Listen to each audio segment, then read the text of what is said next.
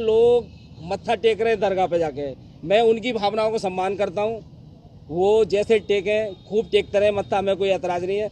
लेकिन वहाँ हमारे महादेव का मंदिर है और जल्द ही महादेव जब वहाँ सर्वे होगा तो बहुत सारे मंदिर के साक्ष्य वहाँ दिखेंगे।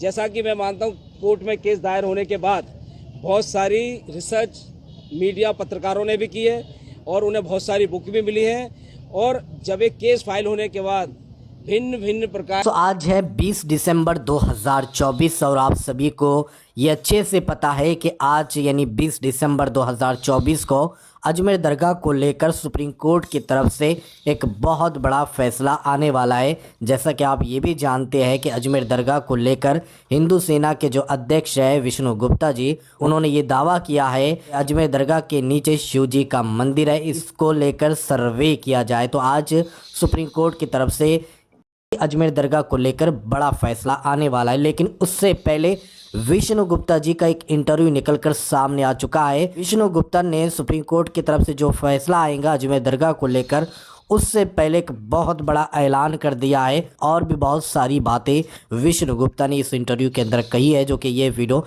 इस वक्त सोशल मीडिया पर काफ़ी वायरल हो। पहले जो वर्शिप एक्ट है वो है पूजा अधिनियम कानून। उस विषय पे जो सुप्रीम कोर्ट में जिस वकील साहब ने बहस की है, वरुण कुमार सिन्हा, मैं आपको ऑर्डर दिखाऊंगा। उस ऑर्डर में सबसे पहला नाम वरुण कुमार सिन्हा जी का, जो कि वर्शिप एक्ट पे उन्होंने सुप्रीम कोर्ट में बहस की। वही हमारे वकील हैं, वो आ रहे हैं, थोड़ा लेट हो गए हैं, रात तक पहुंच जाएंगे। सुबह वो सारी साक्ष्य और दलीलें कोर्ट में पेश करेंगे। और पूजा अधिनियम कानून, मैं यह फिर कहना चाहता हूँ, एक बार मैंने पहले भी बताया कि पूजा अधिनियम कानून मस्जिद, मंदिर, गिरजाघर और लगता है गुरुद्वारे पे, वो है धार्मिक स्थल, जो कि कानून की नज़र में ऑथराइज धार्मिक स्थल जिसे किया जाता है वो है। और खुद इस्लाम में भी आप देखोगे कि ये जो मजार है, मजार जो है कब्र है, मुर्दाघर जिसे बताते, मुर्दा बताते हैं ना कि भाई कब्र में कौन है। कब्र तो उन्हीं की बनती है ना, जो आदमी चले जाते हैं दुनिया से, उनकी कब्र बनती है। और उस कब्र की कहीं कोई पूजा होती नहीं, ऐसा उल्लेख भी नहीं है कि वो उस कब्र की पूजा होती है। तो मैं यहाँ यही मानता हूँ कि मंदिर, मस्जिद, गिरजाघर और गुरुद्वारा, वहाँ पूजा वो स्थल है, उन पे वर्शिप एक्ट लागू होता है। ये कोई पूजा स्थल नहीं है। और किसी भी मजार पे या कब्र बनी होती है, वहाँ ना तो कोई फूल चढ़ाता है, ना कोई चंदन चढ़ाता है, ना कुछ और प्रकार की कुछ चीजें चलती हैं, जो कि आप देखोगे। तो मैं यही कहना चाहता हूँ कि ये वर्शिप एक्ट से बाहर है। ये हमारे वकील साहब कल आएंगे, यदि ये मुद्दा उठता है, हमारी वहाँ सर्वे की जो एप्लीकेशन पेंडिंग है, कल हम सर्वे की एप्लीकेशन को जोड़ देंगे कि ASI द्वारा सर्वे कराया जाए। यदि मुस्लिम पक्ष द्वारा कहीं से भी वर्शिप एक्ट की बात आती है तो वर्शिप एक्ट का ऑर्डर हमारे पास भी है, माननीय अदालत को वर्शिप एक्ट का ऑर्डर भी पढ़ाएंगे। और पूजा अधिनियम कानून वहाँ क्यों लागू नहीं होता, ये भी माननीय अदालत को समझाया जाएगा। और मुझे उम्मीद है कि यहाँ कानून का राज है, संविधान का राज है। तो जज साहब सब कुछ समझेंगे, देखेंगे। यदि उन्हें लगता है कि वर्शिप एक्ट से बाहर है तो सर्वे का आदेश होगा। अच्छा, इसमें और भी कोई साक्ष्य आपने जुटाए क्या?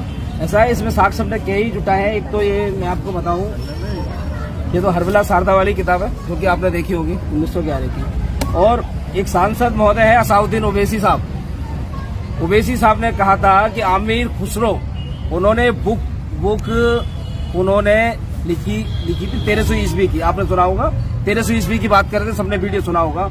और ये मैं बता रहा हूँ, इस बुक का नाम है पृथ्वीराज विजय। ये बुक 1250 ईस्वी की है ये बुक, और ये सारी बुक संस्कृत में बुक है। इसका हिंदी ट्रांसलेशन भी हम माननीय अदालत के समक्ष रहेंगे। इसमें अजमेर की हिस्ट्री, इसमें पूरा लिखा है, अजमेर की सारी हिस्ट्री, माननीय पृथ्वीराज चौहान जी के बारे में सारी जानकारी है। और कब क्या क्या चीजें थी वो भी है, और कब क्या हुआ पृथ्वीराज चौहान जी के साथ, कैसे मोहम्मद गौरी यहाँ आया, कैसे उसने हमारी सत्ता को हथियाने की कोशिश की, यानी कि भाला के दम पर, तलवार के दम पर, और कितने यहाँ हिंदुओं का जबरन धर्म परिवर्तन यहाँ कराया गया सूफीज्म के नाम पर, जबरन धर्म परिवर्तन हुआ, जो कि खुद इस्लामिक किताब और इस्लामिक मुल्ला मौलवी कहते हैं कि ख्वाजा साहब ने 95 लाख हिंदुओं का धर्म परिवर्तन कराया। और आप देखिए, धर्म परिवर्तन कराना तो खुद ही ऑफेंस है यहाँ पे। और यदि कोई व्यक्ति सूफीज्म की बात करता है और शांति की बात करता है, तो उसे हिंदू मुसलमान से मतलब क्या है? चाहे हिंदू रहो या मुसलमान रहो, सिख रहो, ईसाई रहो, उसे अपनी मानवता की बात करनी है। और मैं लगता है यदि सूफीज्म में लोग भरोसा करते तो मानवता की बात होती। तो यहाँ कोई ऐसी बात नहीं है। धर्म परिवर्तन कराना अपने आप ऑफेंस है। और ख्वाजा साहब के बारे में बहुत सारी किताबें बोलती हैं। आपने सुधीर चौधरी भी एक कोई उन्होंने देखा होगा नहीं, और वो बुक उन्होंने लाई थी, उस बुक में उन्होंने सब कुछ बताया है। और भी चीज़ है, वो बुक भी हमारे पास है। तो मैं यही कहना चाहता हूँ कि हमें कोर्ट जाने का अधिकार है, और हम कोर्ट गए हैं। हम शांति में भरोसा करते हैं। हम एक बार फिर कह रहे हैं, जो लोग मत्था टेक रहे हैं दरगाह पे जाके, मैं उनकी भावनाओं को सम्मान करता हूँ। वो जैसे टेके खूब टेकते रहे मत्था, हमें कोई एतराज नहीं है। लेकिन वहाँ हमारे महादेव का मंदिर है, और जल्द ही महादेव जब वहाँ सर्वे होगा तो बहुत सारे मंदिर के साक्ष्य वहाँ दिखेंगे। जैसा कि मैं मानता हूँ, कोर्ट में केस दायर होने के बाद बहुत सारी रिसर्च मीडिया पत्रकारों ने भी की है, और उन्हें बहुत सारी बुक भी मिली है। और जब एक केस फाइल होने के बाद भिन्न भिन्न प्रकार के यूट्यूब चैनल और दाएं बाएं जो लोकल चैनल चल रहे हैं, वहाँ पे लोकल लोगों ने कैमरे के सामने आके भी कहा है कि हम आपको ऐसे साक्ष्य दिखा देंगे, आप खुलवाओ तहखाना। साक्ष्य वहाँ मौजूद होंगे, क्यों? वहाँ मंदिर है, वहाँ पे घड़ियाली आप देखोगे, जो बुलंद दरवाजा है वहाँ के साथ में एक तहखाना है जो कि मंदिर के गर्भगृह तक जाता है। पहले मंदिर सब नीचे ही हुआ करते थे, वहाँ शिवलिंग था, शिवलिंग को तोड़ दिया गया, वहाँ कब्रें बना दी। मैं था वहाँ पे। आपने कभी देखा होता है खाने का? क्या चीज ना बताई जा रही है किताब, आप खुलवाओ ना, है तहखाने होते हैं। आप जो आप आज जाके यहाँ अजमेर में इस तरह की बातें मतलब ये जो कर रहे हो, इतने साल आप कहाँ थे? वो कह रही है नहीं, आप इतने साल कहाँ थे? भाई साहब, मेरा जन्म 1984 का है। जब मुझे ज्ञात हुआ, मेरी 40 साल उम्र है भाई साहब। इतनी मोटी किताबें हैं, कुछ पढ़ाई लिखी भी की है। मैंने बहुत सारी किताबें पढ़ी है, समय लगता है किसी चीज रिसर्च करने में। मेरी रिसर्च करने में लोगों की जिंदगी बीत जाती है ना। लेकिन मेरे तो 20 साल ही बीते भैया। लेकिन कुछ मुसलमानों की खुद की किताबें ये कहती हैं, ख्वाजा साहब ने 90 से 95 लाख लोगों का इस्लाम में धर्म परिवर्तन कराया। तो मैं मानता हूँ, जब कोई व्यक्ति शांति का प्रतीक या कोई सूफी समाज से ताल्लुक रखता है, वो चाहे हिंदू हो या मुसलमान हो, वो मानवता की बात करेगा। वो ये नहीं करेगा कि आप हिंदुज़म गलत है, इस्लाम ठीक है, या इस्लाम गलत है, हिंदुज़म ठीक है। तो ये सारी चीजें हैं, लेकिन सब लोग जानते हैं, लेकिन लोग बोलना नहीं चाहते। अब मैं यहाँ यही चाहता हूँ, मैं यही कहना चाहता हूँ, इस विषय पे हमारे पास बहुत सारे साक्ष्य थे कि जो अजमेर की जो दरगाह है, जिसे लोग दरगाह ख्वाजा साहब के नाम से जानते हैं, वो असल में भगवान संकट मोचन महादेव विराजमान मंदिर है और शिव मंदिर है। इसके सभी साक्ष्य हमने माननीय अदालत के समक्ष रखे। अदालत ने हमसे बहुत सारी बातें पूछी, बहुत सारा संशोधन दिया, हमने जवाब दिया, जैसा कि सभी लोगों को मालूम है पूर्व में।